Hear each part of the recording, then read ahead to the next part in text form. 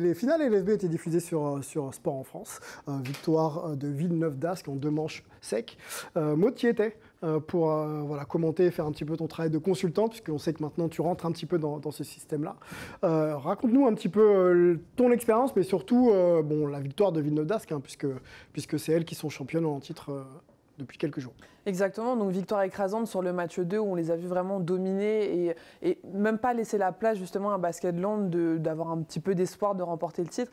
Match un petit peu plus compliqué, on l'a vu à l'espace François Mitterrand justement où Basketland a su mettre une certaine pression aussi d'entrée de jeu, je pense avec l'appui d'un public aussi, on le sait c'est un public chauvin, les Landes c'est connu aussi pour ça, c'est l'équipe phare de la région, donc elles ont vraiment été voilà, dans la croche dès le début, mais Villeneuve a tout simplement voilà, été à la hauteur de l'enjeu. On le sait, elles ont eu une saison où elles ont roulé un petit peu sur le championnat, aussi une belle saison côté européen.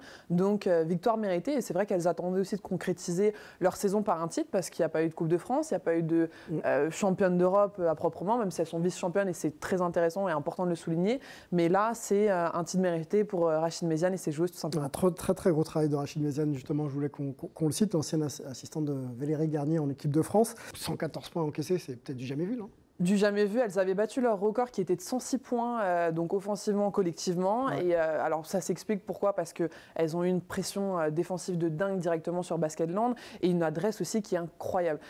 Jusqu'au 3e carton, elles sont à 22 sur 22 au lancer franc aussi. Donc c'est quand même une stat qui est à souligner parce qu'elle est pas commune. À 22 sur 22, oui, c'est clairement assez rare à ce niveau. Exactement, et donc au final, une pression où on s'est aperçu qu'elles sont rentrées dans le match en se disant ce soir, il n'y aura pas de manche 3 et il n'y a pas eu du tout de souffle pour Basketland quoi, pendant ces 40 minutes.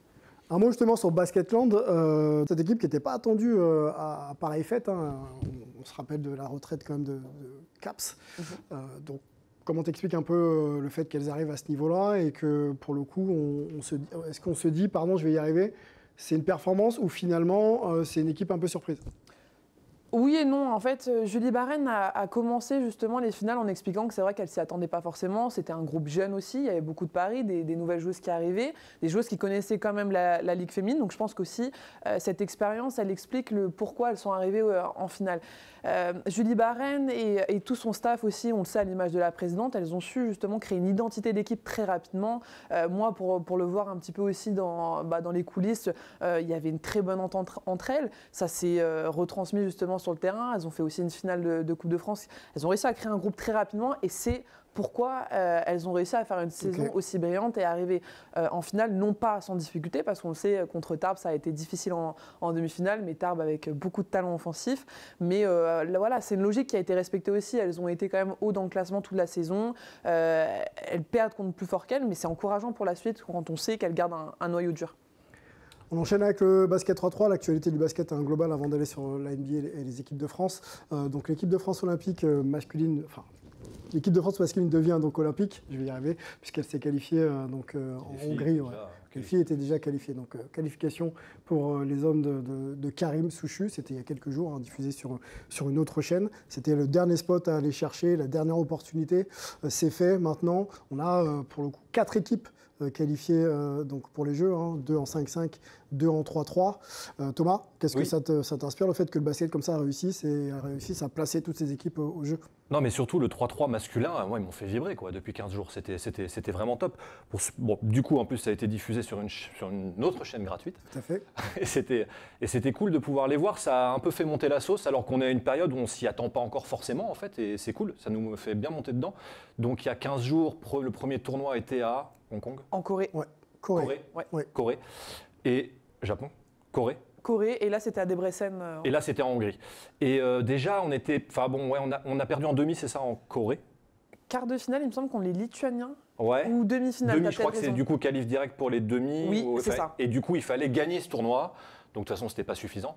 Et puis là c'était énorme. Donc le match contre la demi-finale contre la Mongolie, c'est ça, dimanche.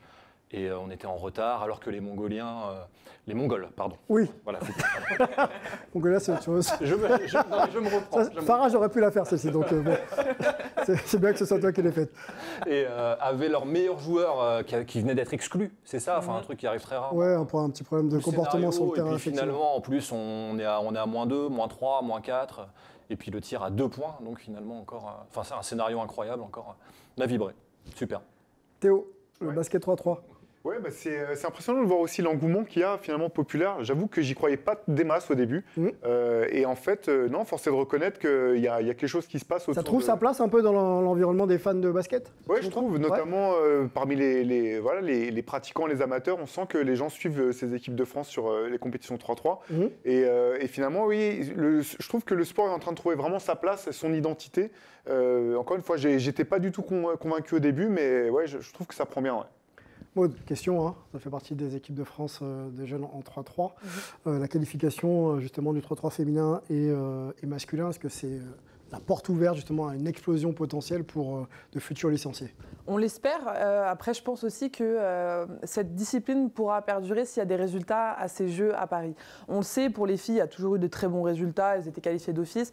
Les garçons, c'est vrai que c'était un peu in extremis. On se demande encore aujourd'hui quelle équipe aussi va être amenée aux Jeux Olympiques, parce que ce n'est pas forcément l'équipe qui a qualifié le week-end dernier justement la France au JO qui y sera. Donc, je pense qu'il y a beaucoup d'engouement parce que c'est un basket de rue, parce qu'on revient un petit peu aussi aux bases du basket. On se disait, voilà, c'est un peu en street, on va jouer avec des amis, des gens beaucoup de contacts.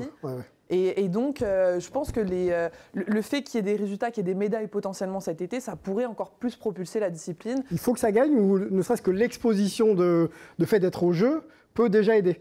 Ça peut aider du côté amateur, mais je pense que pour imaginer quelque chose de plus professionnel dans l'avenir, il faut que ça gagne. Ok. Heureusement que les garçons sont passés. Hein. Ça aurait été Totalement. un camouflet terrible. Il y avait un seul spot sur les deux à choisir en qualifié d'office, c'est ça, hein, si j'ai bien compris. Oui, c'est ça. On a choisi les filles. Hein. Oui, c'est ça.